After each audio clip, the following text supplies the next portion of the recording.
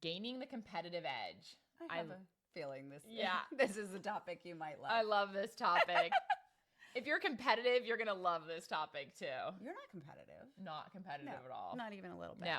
And let me tell you what this topic, the purpose of this topic. Win, baby. This is all that matters. She's got her props. She is ready to go. Ready to go. So I have a feeling you have all kinds of tips for us for how to gain the competitive edge in this crazy market, because that's what it takes. It really takes a pro who knows what they're doing, who can help you pull out all the secret plays. Yeah, we're going to go over some secret plays, how to gain the competitive edge, and ultimately how to win your transaction. And we're going to go over it first with the buyers. Yes. And then we'll talk about the sellers. So let's dive right in. Okay. So if you are going to be putting an offer on a property, and let's say it's a multi-offer situation, how do you get your offer accepted? That is a great question. So there are things that you can do to gain your competitive edge. And I think it starts from the moment you go and look at the property. So let's say I take a client to a property and they love it. They're like, this is the house for me. I want to get it. Let's make an offer. At that point, if the seller is still living there, I'm going to walk out to my car and I'm going to grab my sheets of stationery that I have in my car. I know you do, too. I know you do. And I'm going to have my client write a little note to the seller. Thank you for letting us view your property. It was so lovely. Here's what we love about it. And then we're going to leave that little note at their house because then they're going to get that note when they get home. That's such a sweet little touch. Yeah. And then when we write an offer, they're going to remember that Danielle, my client, just came in and loved this property. And so, oh yeah, that's Danielle. That's the girl that wrote the note. Right. And now here's her offer. Right. It just makes it more personalized. Yeah. Price is obviously important, but I want to sell a house to, I want to sell my house to someone who's going to love and appreciate it as much as I do. Yeah, absolutely. And it's all about standing out. Yeah. How do you set yourself apart from your other competitors? So how do I set myself apart from the other realtors that are submitting an offer? How do we set the buyers apart from the other buyers that want the house? And that's just one small example. Now you brought up price being important. Sure. So of course, price is important. Yes. And when you're submitting an offer as a realtor, I'm talking to the listing agent. I'm staying in contact. I'm asking, how many disclosure packages have you given out? How many offers are going to be on this property? Where do you see these property price point going? How did you price this property? Interesting. And also, when you're looking at offers, how are you going to respond? Because that's important. Are you just going to look at the best and final of the offers, or are you going to come back and you're going to multi-counter us? It's all in the strategy and how you go about setting up your price. And then once you figure out your price, you can look at terms. Okay. And that's where I think having a really good relationship with your mortgage broker is really important. Yes. I mean, we've done a ton of deals together. Yes. And, I know I can call Danielle because she's been doing it so long and she's so knowledgeable. I know I can call her and say, hey, can we remove the loan contingency? Right. And I get that. People will say, well, don't we still need a loan? Aren't we still getting a loan? We're still getting a loan. What does that mean? And that's where working with a really, knowledgeable and experienced lender is so important, right? Because I have seen lenders pre-approve files that are not truly pre-approved. And so if you're working with a loan officer or a lender who's not collecting every bit of documentation up front and actually reviewing all of those things, they're really just going off of what you've initially told them. And underwriting and the mortgage side may look at things differently. So it's really important. On our end, we really try to do a very thorough job up front so that by the time we issue a pre-approval letter, we know there's not going to be any surprises. We've already uncovered all of those things.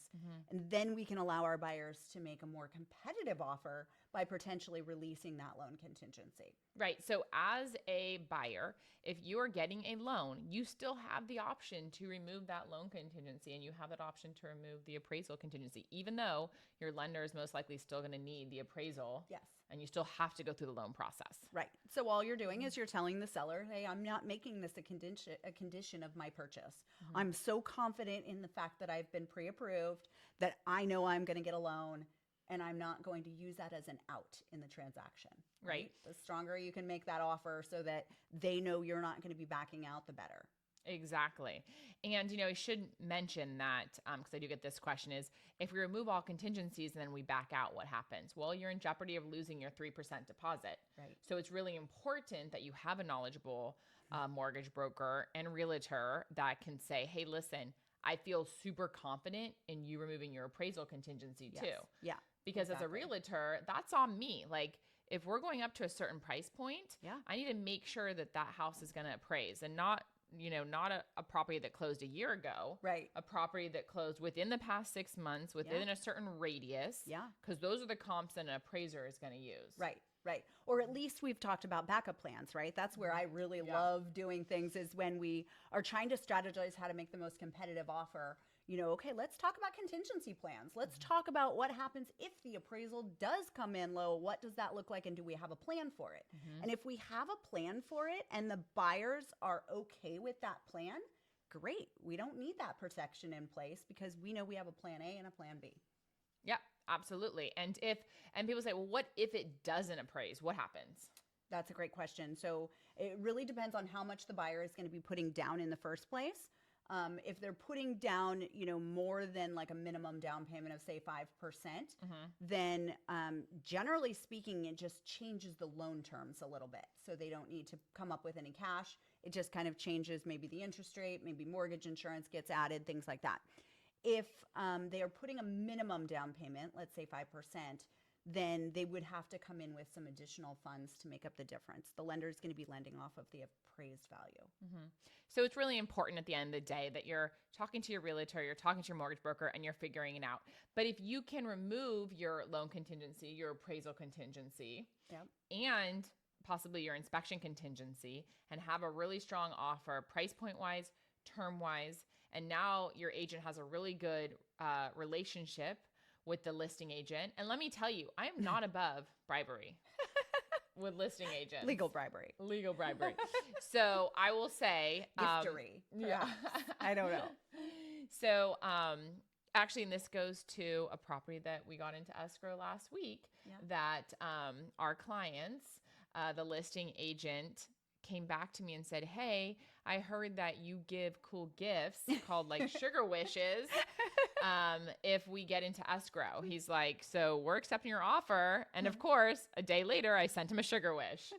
Because it's really important in this industry to not only have a really good, obviously, relationship with your buyer and obviously a good relationship with the mortgage broker. Yeah. But it's actually super important to have a good relationship with other agents. Oh, yeah. I mean, I hear agents all the time who, they have a horrible transaction and they say, I will literally never encourage a seller to accept an offer from that agent ever again. Right. Like it needs to be a good experience. You need to be working with professionals. You need to be working with people who this is their full-time job. Right. Like this is all they do. They know what they're doing and they have the skills to get it done.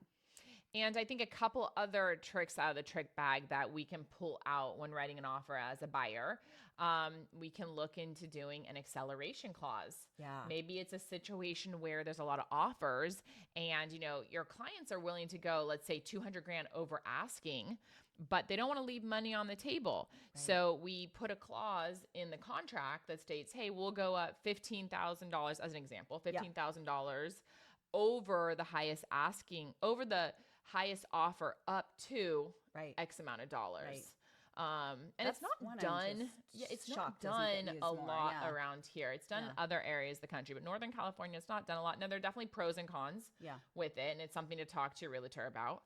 I would say another trick out of the bag is a bridge loan, which you do a lot of. I do a ton of bridge loans. Yeah. And that one's huge, right? Because when you're working in a competitive market, it's just not feasible all the time to make an offer contingent on selling. And so a bridge loan allows you to not only come in and not have to sell your house first, but it actually puts you in the running with cash offers. And so that's a huge advantage. We use them all the time. Yeah.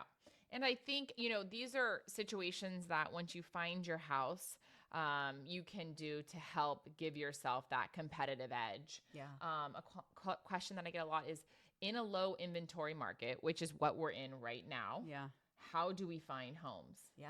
Well, that's a great question. But you do a lot of things off market, right? Right. So my team does between 30 and 35% off market sales. That's so crazy. It is. And the question I always get is, why would somebody want to sell off market? Yeah. And then how are you finding them if they're not on the market? That's the follow-up question, Danielle. So the answer is simple. So there's lots of reasons actually why somebody would want to sell off market. For example, they have a ton of kids, like Danielle. I know nothing about that. No. A ton of pets, like also Danielle. know nothing about that. Yeah. And they don't want to keep their house in show-ready form all the time. Yeah, I don't blame them. So it's easier to not expose it as much and have their listing agent just find buyers that fit in this box of who would like their house and only show it at a certain time to certain people. Right. It's a little bit more limiting. But if that's your situation, I've also had sellers that are very just private people. Yeah. And they don't want to expose it. They don't want a sign in their front yard. They don't want open houses. They don't want their neighbors trekking through their house. Yeah. So selling it off market works for them, a quiet sale. That gives a huge advantage to the buyer, right? Mm-hmm. Because they're not competing against, whoever knows how many people are also making offers at the same time. Right. That's huge. And how our team goes about finding some off-market properties, which was your follow-up question. Yeah. So we belong to certain top agent groups, and I think the idea is sharing your off-market and pre-market listings with other agents that are also top agents. Right.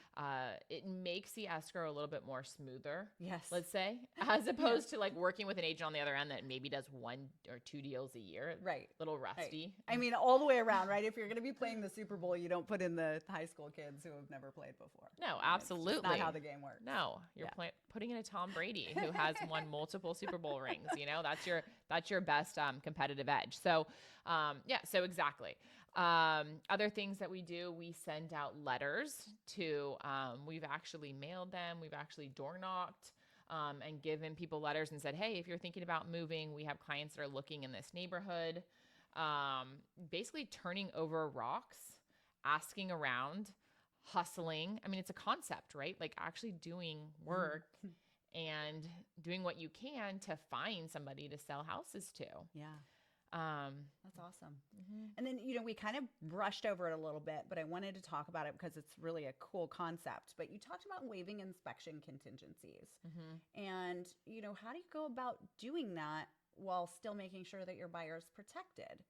Right. So in a couple different situations. So let's say your clients want to make an offer on a house and the seller has not done pre-inspections. Right. In that case, it's going to be multiple.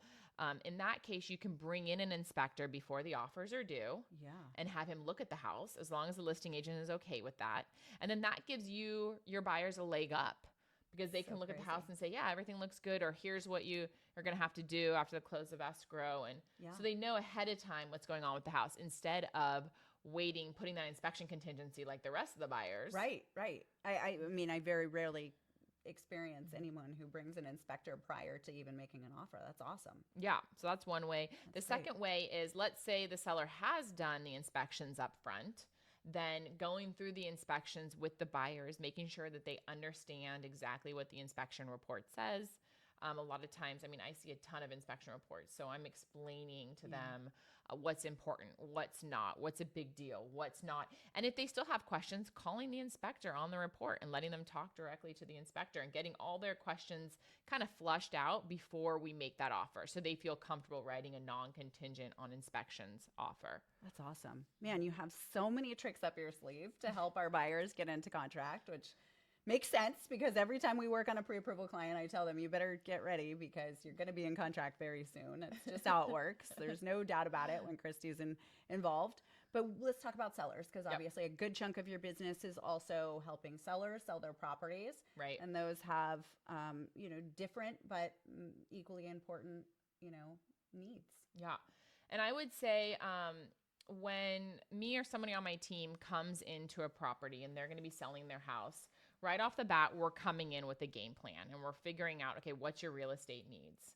Do you want to sell it for top dollar? Are you just a private person and you want to, make it more on the down low? Do you need some rent back because your kids have to finish school in a couple months? What are your real estate needs? And then we're coming up with a game plan to reach those real estate needs. In doing so, we're coming up with a marketing plan. And it's been really interesting because lately my team has been selling properties for beating records in neighborhoods for top price. And I really will say that I think a lot in our little details that we do go a long way. So like, for example, the house that we just had in the neighborhood that you came to the last broker tour and helped me on, we sit down and we say, okay, our team strategizes, okay, Mother's Day is coming up. So let's do a Mother's Day theme. So we have food and we give out roses for Mother's Day. And we have a raffle. We make it fun and get brokers and realtors into the property along with buyers. Right. But doing little extra touches like that, because in my opinion, the more people we can get, if a house is on the market, the more people we can get in to see that property, the higher we're going to push your price up. Right, right. And those sound like such, little things. And, easy for some agents to just kind of bypass and say, oh, no, it doesn't really matter. But, I've been to your broker's tours. I've been to your open houses, and people get excited to be there. Yeah, we want people to feel excited. It's like an experience. We want you. If it's St. Patrick's Day. We did one recently for the Super Bowl playoffs. Yeah. We want people to feel excited to come to and look forward to coming to our broker's tour. Yeah. Yeah, absolutely. More agents through the door, more opportunities to sell that house, which gives your sellers the best leg up. Yeah. And another thing that we do that we have found successful is we ask our sellers to write a letter about their house and why they love living there. And then we can frame the letter and we can put it out the house. So when the buyers come through, they can look at it. We can include it in the disclosure package. But the letter can just go into details about not obvious stuff, right? So like you're providing to a buyer inspections or informations about, when you did remodels and things like that. Right. The factual stuff. Factual stuff, right? Yeah. Put something in the letter that you can't see. Maybe there's a park down the street. That you love going to. The 4th of July party that the neighborhood puts together at, the Smith's house or whatever. Those kind of things are awesome to find out about and could really make the difference between selling or not selling, and you may not know about them otherwise. That's cool. Yeah. I like doing a little letter, having your seller write a letter, that's important. Yeah. And then what about inspections? Do you usually advise that your sellers complete their inspections ahead of time? Do you wait until a buyer orders inspections? How does that normally work? Yeah, I think every property is different, but in general, yes, I do advise that people do their inspections up front. Now, there are some situations where it's a condo, it's been fully remodeled, probably a little bit of a waste of money to do a home inspection if you just, remodel the property and it's a small condo and the HOAs cover pest all outside. Right. So there are exceptions, but I would say generally speaking, yes, I'm advising sellers to do upfront inspections. Okay. And then what about like prepping for sale?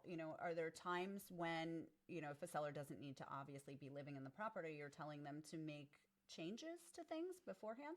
Yeah, absolutely. So if the seller doesn't have to live there, one great way is staging. Yeah. Staging a property can help sell your house tenfold. Yeah. And it's not just when somebody goes in there and sees the property, but it's also about the marketing, right? Yeah. The pictures. Yeah. And how it shows. And Pictures is such a huge one. It's such a huge one. I can't believe sometimes some of the marketing that I see on some your team listings, but it's really crazy. Like the cell phone pictures. Or my favorite is the one where you can see their reflection in the bathroom mirror and they're taking or the toilet seats are up and they're taking pictures of the bathroom. Yes. Or it's like a picture of their plant or something that has no relevance of the house whatsoever. You're like, why is this in there? Yeah. So you always hire, I assume, if it's a professional I have my go-to photographer, videographer, drone person. It needs to look nice because the marketing is so important. And not only that, it's a reflection on me and my team. You know, you're branding yourself. When you put those photos out there, it's showing you your level of, what you expect. Yeah, exactly. 100%. So the photos are really important. Yeah. I mean, not to mention, there's so many buyers that look on Zillow all the time, right? That's their first impression. You really want that to be a great one. Yeah. So, okay, that's Yeah, awesome. so the staging is really important. Nice Staging, photos. photography. Another thing I really like is having your front entranceway really inviting. Mm, So putting out a nice doormat, maybe a plant. yeah. Maybe a lot of times we put out a sign that says, "Hey, welcome. This is 4 bedrooms, 3 baths, so many square feet." Your little chalkboards. Those are so cute, Yeah. too. Because it's, that's your first impression. Yeah. And it sounds very cliche. Yeah. But it's nice to feel very welcomed when you come into a house. Right. Well, it's also overwhelming, if you're looking at open houses, right? And you're going from house to house to house to house, it's really easy to get lost in the details of like, what am I even looking at? Like, which one was Right. this? And so having it front and center with all the details of the house is just a nice little helpful tip. Yeah, Yeah, exactly. I think like so it. too. I like it. So yeah, and we talked about offering food and things like that at brokers tours, having open houses, not just on Sunday but Saturday, which is actually interesting because lately we have found our Saturday open houses have been busier than Sunday, and I think there's multiple reasons for that, but having the open houses on both days during the weekend. Interesting. Mhm. That's awesome. That's Yeah. awesome. And then obviously having a mortgage broker there. I love having you guys with me at like an open house or a Yeah. broker tour because you get a first time buyer that comes in and they have questions Yeah. about their loan, or maybe they're not pre-approved, but they want to get pre-approved and they want to make an offer Right. on this house. So it's like, speak to Danielle. Yeah, or even worse, they're using one of those big online lenders that isn't open on the weekends and won't answer their call, And they can't anyways, get a and pre-approval letter. They Yeah. actually didn't even provide any of their documentation. So yeah, no, those are fun. We enjoy doing those a lot. So those are some awesome tips for both buyers and sellers. I think, back to the name of the game is to win, right? Yep. Whatever your real estate goals are, it is so critical to be working with professionals who Yep. have all of these tips and tricks up their sleeve and they know them second nature. Yeah, I mean, to gain the competitive edge, really, just like in sports, I mean, your coach has to know some secret plays. He has to have some tricks in his bag that he's going to pull out, if you're trying to win or the game's on the line. And it's the same thing in real estate. You need to have a good mortgage broker. You need to have a good realtor that can pull out some of these tricks to help you win, because winning is all that matters. That is all that matters. On that note. On that note, the real estate play-by-play. Cheers. Cheers.